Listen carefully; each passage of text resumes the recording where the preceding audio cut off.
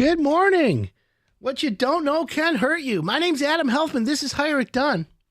What a great Saturday so far.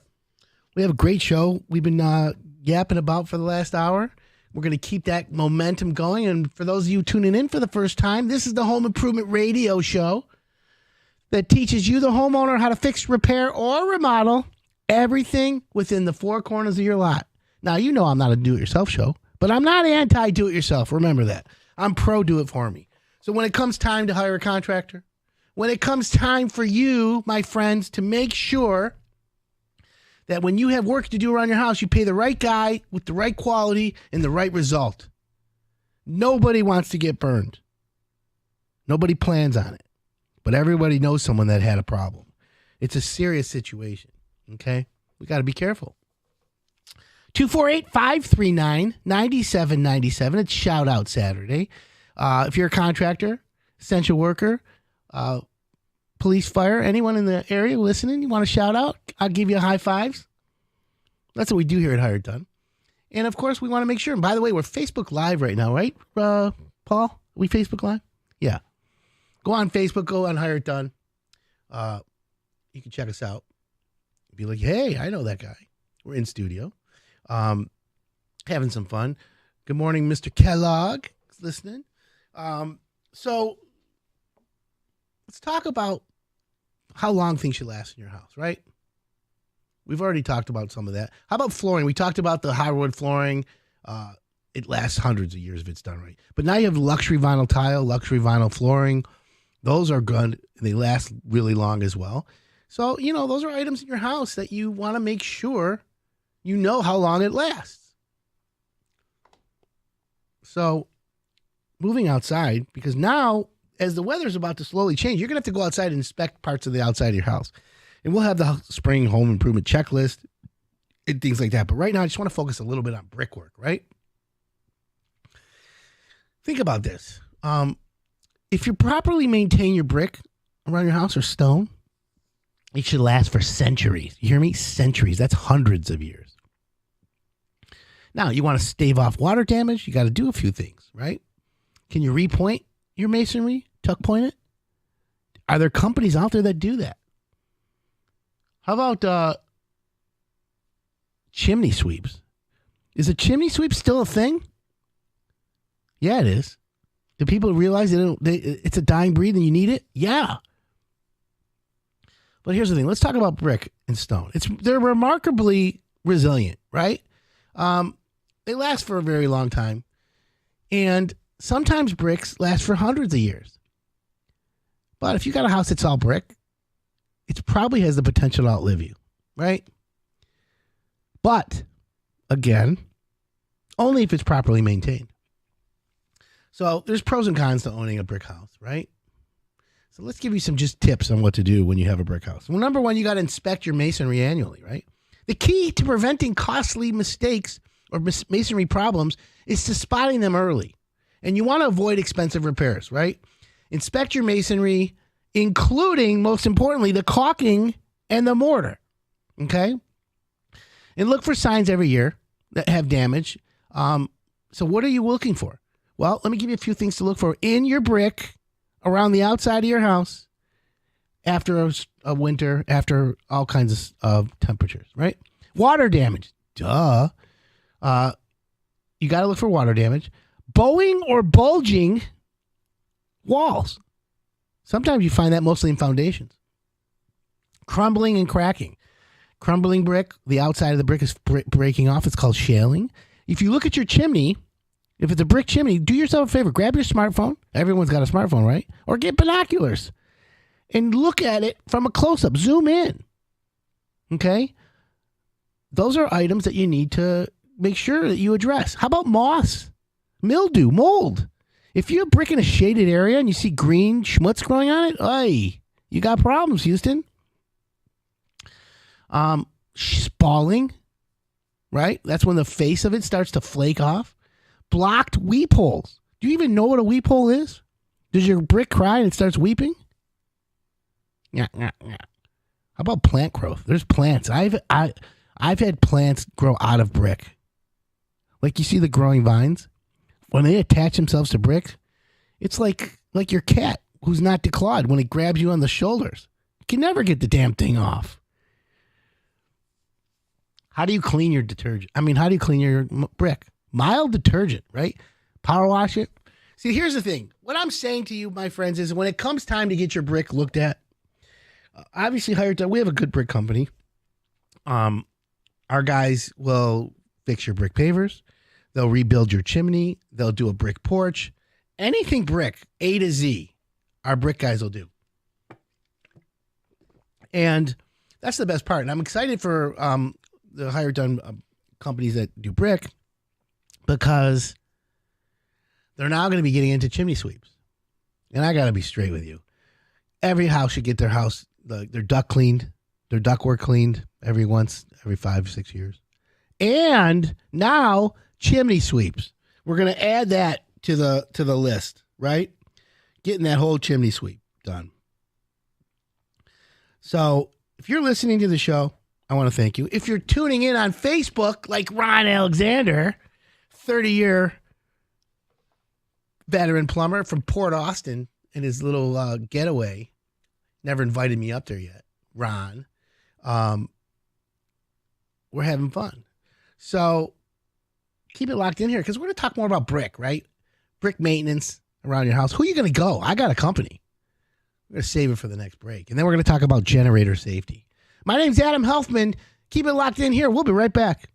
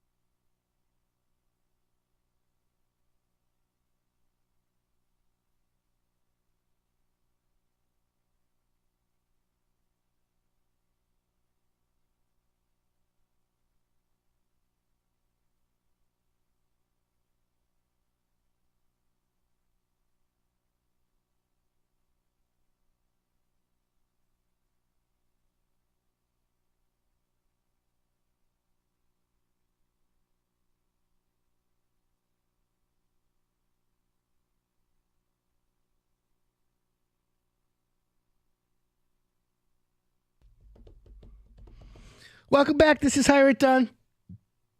My name's Adam Helfman. I've been doing home improvement for 3 decades. On the radio, 18 years. Hi. 18 is high for everyone out there. In case you didn't know. It's part of the schmutz and skuts language. So we're talking about brickwork, right? Maintaining your brick. Chimney. What if your chimney's breaking apart? How do you rebuild it? Like, what's the proper protocol? Well, if you have, like, let's say you have a chimney that's 4 foot tall from the roof to the top of the chimney, 4 feet. Let's just use that. And let's say the top 1 foot of the chimney needs to be rebuilt. You really should build 2 feet of it. You go down 2 feet and then build it back up instead of the 1 foot. That's the proper way. And at Hire It Done, we have a great brick paver, brick masonry company, all brick design. I'm assuming you've heard of them, maybe not. Ron Casado and John Gingrasso, good guys. All brick design. They're one of the Hire It Done contractors. They're also going to be doing chimney sweep soon. At least that's what they told me. And you know what? I'm going to do a little bit of research on chimney sweeps. It's been a long time. You know, creosote, does it work? The Duralog flames. You know, now with the world going a little sideways, I got a couple cords of wood delivered. I got a real chimney and fireplace in my house. You know, I ran some, I burned some wood this winter. It was fun. Of course, I forgot to open the flue all the way and smoked up everything. Now you walk into my house, you're like, what is this? You got a brisket going on, Adam? What are you smoking? I said, no, not a brisket. It's a corned beef. Anyways, how do you maintain your brick on your house? You know, I said unclog your weep holes. Of course. Most often, masonry brick houses have weep holes built into the mortar. These tiny holes, just so everyone knows, are placed periodically throughout the masonry structure to help the accumulated water drain. So it goes down the brick behind it and then comes out the weep hole. Oh, hit myself just now. Anyways, that's part of the deal. That's part of the dealio. And so you got to unclog those. Now, how do you do it? You run a garden hose through it. The stream of water should be steady, but don't be doing that a lot, okay? I'm not giving you that kind of advice. Now, what about moss, mildew, and mold on your brick? Oy, that happens. If you have tinted, shaded areas, do you use bleach, brick cleaner, trisodium phosphate, TSP, 1 per gallon, 1 cup of it per gallon, spray it on there, it works. Get a soft brush. Don't get a real hard metal brush. You can clean it. So those are the items you need to do, okay? We're going to be talking more about brick pavers. We're going to be talking about your brick patio. Should you go with concrete? Should you go with brick pavers? Exposed aggregate. What are the choices today, friends? What's popular? The cost of concrete right now is a big oy vey. Like, I'm shocked at the prices, right? So you got to be smart. But like, again, if you need a good brick paver company, if your walkway to your house is what we'll call a roller coaster, up and down and sideways, if your brick pavers are splitting, if you have a porch that needs to get brick done, listen, let's do it right, okay? Hire It Done's got the best brick guys anyways. All brick design. They're very, very good. And I've known them for years. You see them at the home shows. They've grown their company very smartly. They didn't overgrow. They didn't undergrow. They did it, and they were smart. And let me just say this. Smart is better. I'd rather you work smart than hard. Just like me. Smart. Like a smartphone. Okay, so what about generators? You know, everyone needs a generator today, right? You hear about generators. You hear about, power outages. Used to be, you're out for 24 hours. Now it could be 3, 4, 5, 6 days. And everyone gets mad at DTE or consumers. Oh, where's the power? Well, the grid is old. The infrastructure is old. Why not be proactive, and why not get a generator? Whether it's portable or a full standby. You know, like I told you earlier, we have good electricians at Hire It Done. Josh Young, one of our guys, he does generators. And we were talking the other day, him and I met. And we were talking about generators, and why do people invest in them and then they don't work when the power goes out? He laughed. He goes, if you don't maintain a generator, you'll have that problem. And of course, we all talk about Murphy's Law, right? Because we know Murphy's Law is like, oy, when it happens bad, it's going to happen bad. So, let's talk about generator safety. A lot of people buy portable ones because you can get really inexpensive portable generators. Never, ever, ever run them indoors. I've had people say, just put it by my basement window and I'll open the window as I run it in the basement. Really? Do you really think that's going to solve you? You're going to run your generator and then you're going to be sitting upstairs and you're like, man, I'm tired. You're going to get sleepy puppy dog eyes. And what you don't realize is you're inhaling carbon monoxide and you're getting tired thinking you're just tired. Then you close your eyes and you fall asleep and then you never wake up. Never wake up and then you're on the news. Local homeowner had generator on in the basement. Died of carbon monoxide poisoning. Colorless, odorless. And guess what? You can die in 5 minutes. That's it. Takes 5 minutes. No one wants that. Not me. I love life. I'm too scared to die. Anyways, carbon monoxide detectors? Yeah, everyone should have one. But never, ever, ever run a generator in a house. Oh, well, I have this dryer vent that I hooked up to the exhaust, and I just run the dryer vent up and out. That's a hack that you should never, ever do. And, geez, oh, Pete, stop. What's wrong with you people? So what about the wattage of your generator? Do you know the generator wattage? Now, what about picking the right generator? It's like a tankless water heater. A generator to run your house is based on the size. A tankless water heater is based on the usage. You got to make sure you hit a pro.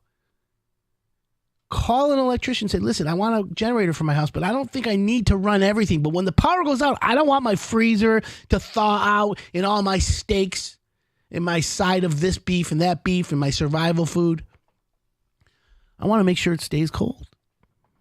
I want a couple of lights on in the bathroom. I want to be able to run a couple things. So you don't always need a full house generator. But if you're like bougie like me, you want the full house one with the app and the Kush kit and the oil change and the blah, blah, blah, blah, blah, blah, blah, right? The commercial 26 kW. Everyone's like, what? 26? What do you have, a high rise? No. I overkill sometimes. It's not smart. By the way, 248-539-9797. Shout out to Thompson Plumbing in Petersburg. I think that's Ohio. What up, Thompson Plumbing in his house? Shout out to all the listeners in Windsor. The plumbing code in Windsor is a lot stricter than Michigan or U.S. But hey, I digress, right? We all just want to have some fun. What's on your home improvement list, friends? Because I'm going to be honest with you. It's time to figure out what to do this spring and plan for the contractors. But we got coming up next, I have 10 things you need to do when you have a problem with your contractor. Oh boy. Contractors are going to hear this. They're not going to like what I have to say. Keep it locked in here, folks. My name's Adam Helfman, and this is the Hire It Done Radio Network.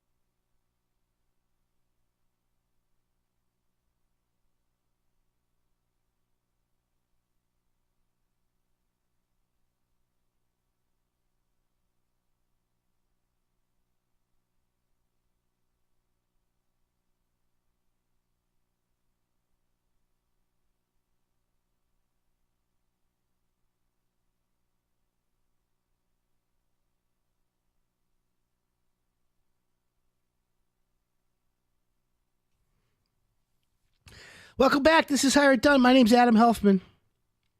We're having a fun Saturday morning. Let's talk about something that's really important. When you're having problems with your contractor, right? One of my number one YouTube videos with like hundreds of thousands of views is how to fire your contractor.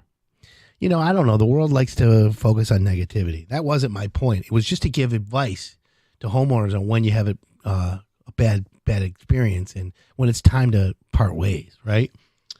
By the way, if you have a question this morning, don't forget 248-539-9797. You have a question Google can't answer, any kind of a question related. We're going to be talking about how to, settle problems, handle problems when you have contractor issues. We're talking about that right now, but this just came in. Is it really important to drain your water tank every year? No, it's not anymore. Okay. Back in the day when they originally had the water tanks, before there was a vinyl liner inside, you'd have an anode rod and it would slowly disintegrate, and then all the sediment would drop to the bottom. And so you'd flush out your water heater and that sediment would come out. Now, today, you don't need that. And I know that because Ron Alexander from Shelby Mechanical is one of our plumbers. And by the way, if you need good plumbing work, these guys rock. He told me that, and we've had conversations about the anode rod, the magnesium rod, the aluminum rod, and the smell of eggs and all the schmutz and the ugh. I just want to plug it in and make it work, right? I have tankless water heaters in my house, which I'm happy with. So what happens, my friends, when you have a problem with a contractor? Nobody that I know of, goes into an agreement with a contractor looking for trouble. There may be one guy that I know. He's a narcissistic, thinks he's rich, thinks he's smarter than everyone. I went to Pepperdine, Toyota and Lexus, a douchebag, basically. And he's the guy who probably goes into a relationship with a contractor looking to screw him. And there's people out there, and I know contractors out there know, there's those homeowners you run across, right? That is a problem. And we've all had those. That's why I came up with the website, the homeownerfromhell.com. I never launched it, though. I own it. And it's all about contractors being able to put homeowners' names on a website. Don't deal with this homeowner. They screwed me. Yeah, I know lawyers will be all over this one. So I never launched it. But look at Yelp, Google. I just got a 1-star Google review the other day for someone who says, I don't like his advice on the radio. How do you prevent that? Oh, let me call Google and tell them this is a bad review. Get rid of it. Does anyone have Google's phone number? Does anyone get a hold of Google? 1-800-GOOGLE? There's no way to call them. Good luck. It's impossible half the time. So, yeah, you got to deal with it. I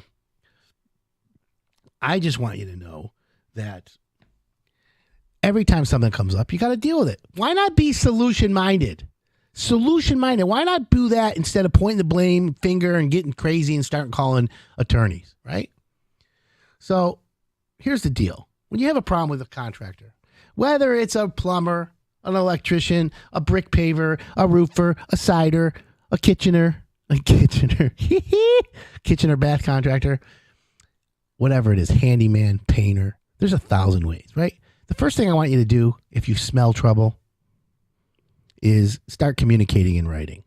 And by the way, text messages is acceptable in court of law. He texted me this. Yeah. So here's the deal, though. A lot of times text messages are misread. So you got to be very careful and choosy in your words, right? But the number one issue for anyone out there, especially the contractors who are listening, the key, the nucleus, the center, the bullseye of all successful renovation contractor work, the number one in the nucleus, the right center, communication. If you can't communicate with your contractor and the contractor can't communicate with you, you might as well empty your bank accounts. You might as well just hand it over to the attorneys. That's the problem. Communicate. That's why better contractors do a better job communicating. And that means they can tell you no. They can say what they can do and what they can't do. And that's why I tell homeowners, when he gives you the proposal, review it, and then give it back to him and say, hey, can you also put in this proposal what's not included? Just in case they miss something. Why do I tell you to do that? I tell you to do that, friends, so that it forces your contractor to think, wait a minute, maybe I didn't include everything. Maybe I should tell them painting's not included. One dumpster, extra dumpsters are not included. There are things that come up. An experienced contractor can tell you that. So the number one item, topic in a contractor homeowner dispute is to make sure you start off the relationship with communication and then make sure everything is documented and everything is in writing. Please understand that. Now, it's important. Now, you have to be understanding. Homeowners, you need to understand about contractors to a point. When working on a complicated project, whether it's a kitchen, it's a restructure of something, or just a redo, it's just a matter of time before something goes wrong. Every project has something going wrong on it. Please understand me. And it may be a mistake or even an event that is beyond anyone's control, right? Rain, snow, power outage, act of God, the wrong material. You know how many times I've had a cabinet labeled 2436 and it was a 2136, or it said it was green and it was blue? You don't plan on that. It's an unplanned event. Everyone should be understanding, but I put the responsibility on the contractor. He needs to communicate that to you in the project. In the beginning, a smart contractor, an advanced contractor will do this. Hear me out, my friends.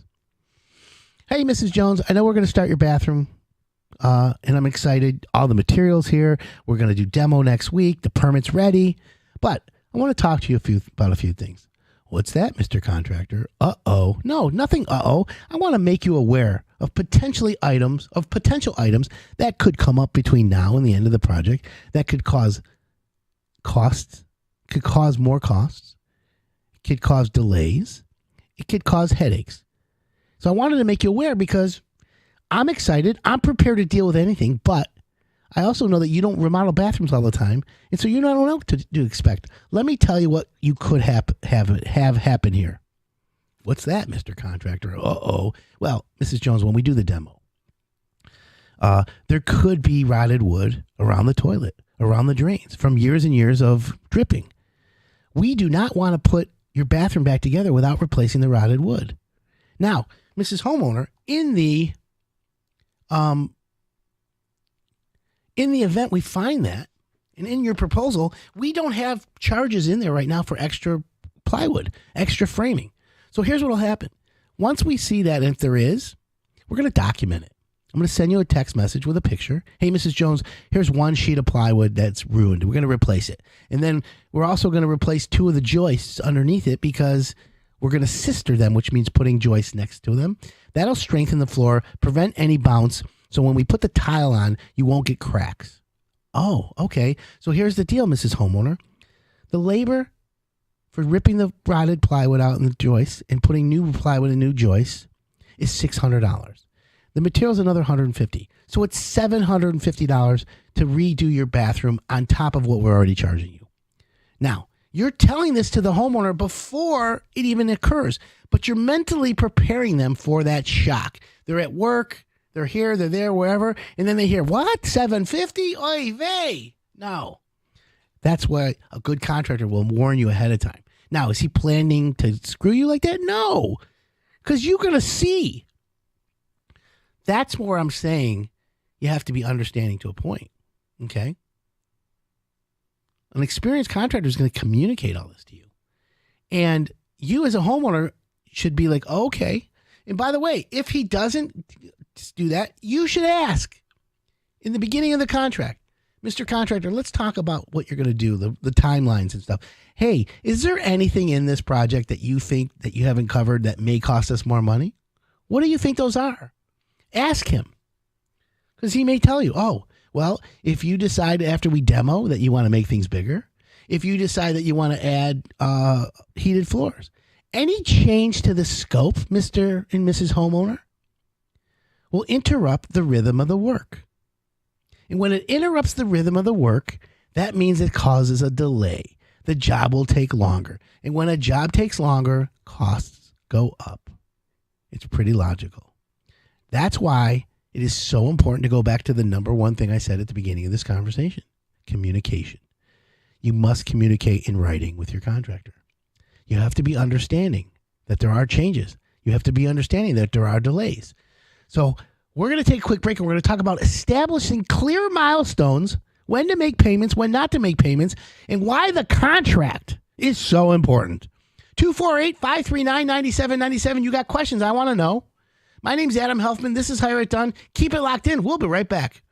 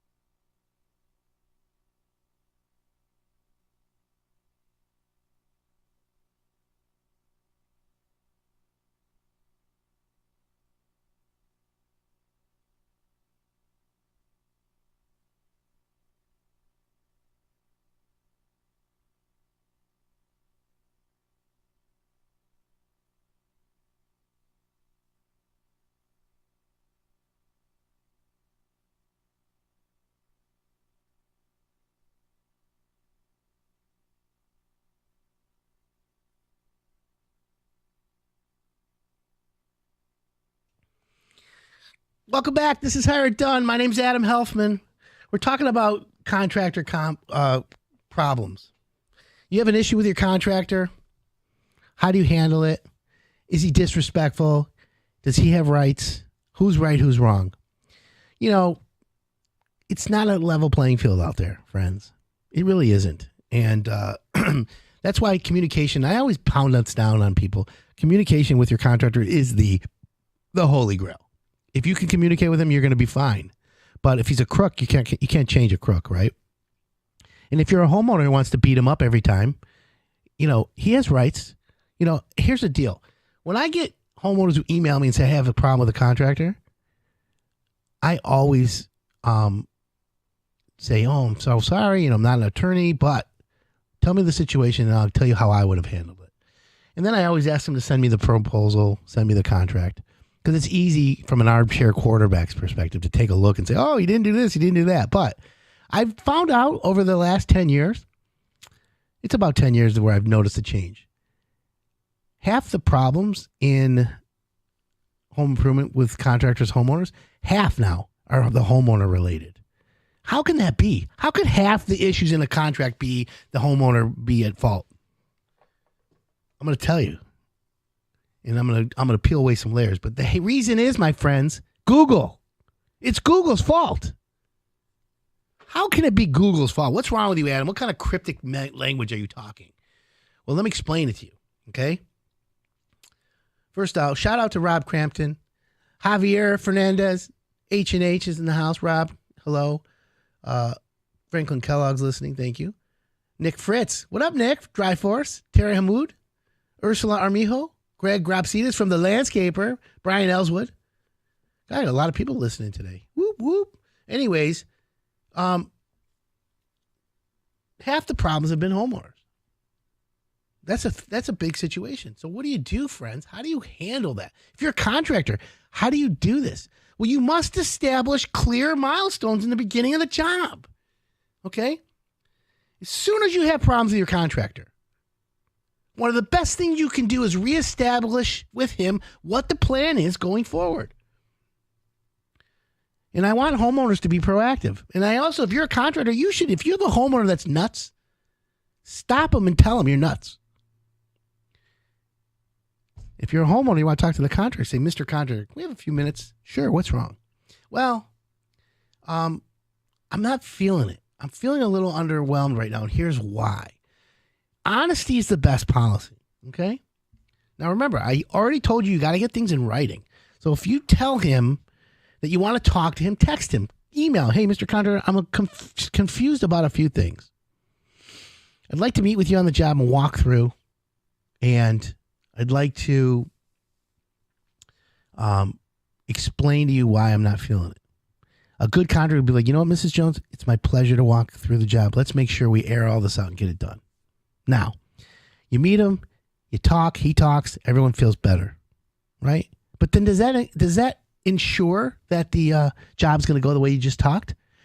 My advice to everyone is, even the contractor or the homeowner or both, at the end of that meeting, you should always, homeowners listen to me, please, and contractors listen to me.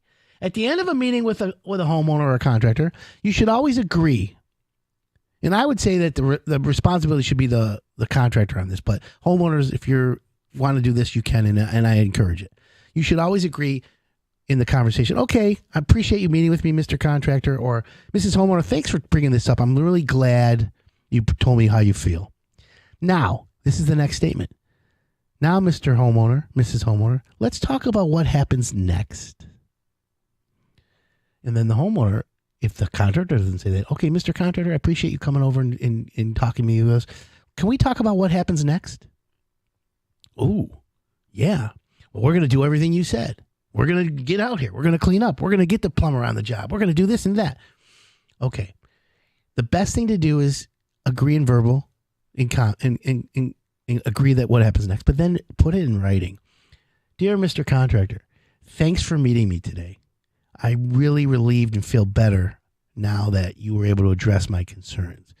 Just to recap what we talked about. You told me that the cleaning crew is going to come and clean up over here. They're not going to park in the driveway anymore, and that the appliances are going to be installed Thursday or Friday, and that you needed me to pick the granite or whatever it is.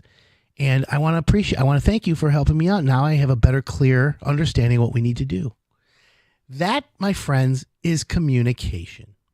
Now, I want to put the onus on the contractor because the contractor is supposed to be the expert. Homeowners aren't renovating every day. So I would always say to the contractor, Mr. Contractor, after you have a meeting with a homeowner, thank them and say, Mrs. Homeowner, I want to thank you for spending the time with me today on your project and explaining to me what your feelings are. Now that I know, I'm going to do a better job of cleaning up, and I'm going to make sure that we talk on an every other day basis, or that I address these issues more timely for you. In the meantime, Mrs. Homeowner, now that we know this, here's the schedule moving forward. We kind of have to hit the reset, so there's going to be a few days delay, but once we get up the momentum again, we're going to be cruising pretty well to get this job completed. So that, my friends, are examples, both ways, contractor, homeowner, homeowner, contractor, of communication, proper communication. And I encourage anyone who's listening to give me their opinion if they like this or not. If you're a contractor, I want to know. 248-539-9797. Let me hear your opinion. So that's the key, my friends, for this. Now, when do you have to refer to the contract? We never want to go to lawyer. We never want lawyers involved. We never want to go to court. Because when the lawyers get involved, the courts get involved, nobody wins. Now, there are emotions. People get emotional. Contractors get emotional. When that gets involved, then it becomes a big fight. And I only know this because I'm emotional. I'm that guy, right? I need to learn to let go. Sometimes I can, sometimes I can't. So what you need to do is you need to refer to your contract. And at Hire It Done, we help homeowners get the right contractor. And then contractors always call me, hey, Adam, what do you think about arbitration? What about mediation? What do you think about people supplying material? How do we warranty that? What if I have to drive to the supply house and pick up a new toilet for the homeowner's crappy toilet that they bought on sale with missing parts? That's why a written contract is so important. That's why I tell homeowners to give the contract back to the contractor and ask them what's not included. And then at the beginning, contractors, you should write your contract with the homeowner like a story. I tell homeowners, hey, Mr. Contractor, can you write your contract to me with like a story? What does that mean, like a story? What are you talking about? Here's what I'm talking about. A beginning, a middle, and an end. The story is simple. Mr. and Mrs. Homeowner, we're going to demo your bathroom. We're then going to do the rough framing, then the rough plumbing, then the rough electrical, and then the rough heating. Then we're going to do insulation. Then we're going to do drywall. Then we're going to put cabinets in. Then we're going to do the finish plumbing, the finish electric, the finish heating. Then we're going to do tile. We're going to do paint. And then we're going to end the job, shake hands, and you're going to be able to go take a shower and use your toilet and worship on it. That's the story. And it's a beginning, middle, and end. Because homeowners understand the story. Now, milestones. Don't make payments 50% down and 50% on completion. Milestone payments are when things are completed. Okay, so you give a deposit on a contract. There's always a deposit, 10, 20% tops. Then the next payment, my friends, is upon completion of. These are the items. Completion of, not start of. You understand? Start of and completion of are two different things. If you say start of demolition, then you've given them a check the day they start. But what if they only worked a half a day? So I recommend, and by the way, all homeowners, by the way, homeowners, I'm available. If you ever want advice on this, you can just email me, Adam@HireItDone. But here's what I'm saying. The next payment is on completion of demolition, on completion of rough framing, on completion of rough electrical, on completion of tile installation. These are the payments, completion of, on delivery of cabinets or on completion of the cabinet installation. What I'm telling you, my friends, is it reduces your risk of getting burned. And that's what we do at Hire It Done. We want to help you hire contractors without getting burned. It's not hard. It's just what I do. And that's how we roll here. So I want everyone to be happy. Okay? That's it. You're happy, I'm happy. My name's Adam Helfman. This is the Higher Done Radio Network. I will see you all next week. Thank you.